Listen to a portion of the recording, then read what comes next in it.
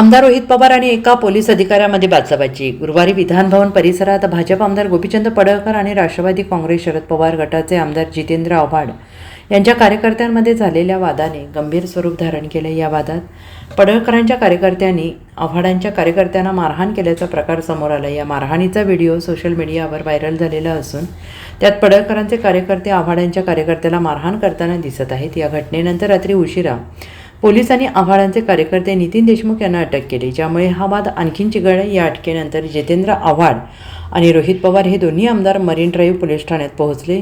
तिथे रोहित पवार आणि एका पोलीस अधिकाऱ्यामध्ये बाचाबाची झाली। आवाज खाली आणि हात वर केला तर सांगतो तुम्हाला, शहाणपणा करू नका। बोलता येत नसेल तर बोलायचं नाही, कळलं का?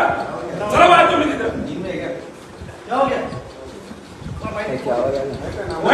आमदारावर आवाज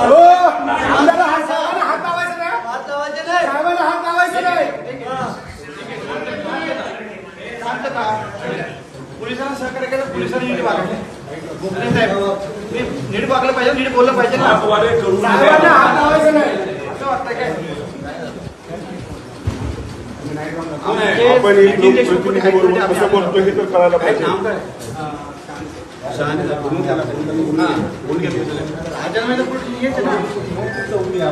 चौकी नाशिक पोलिसांना सांगितलं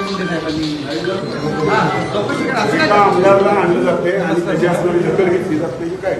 तुम्ही साधे पीएस आहेत असं हात बिन करून बोलताय तुम्ही? एक रिस्पेक्टिव्ह बोलणं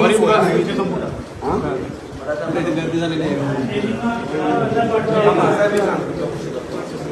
आम्हाला इथे आहोत ना, आम्ही इथे बसून घेतो। Bureau report SBN Marathi, Mumbai.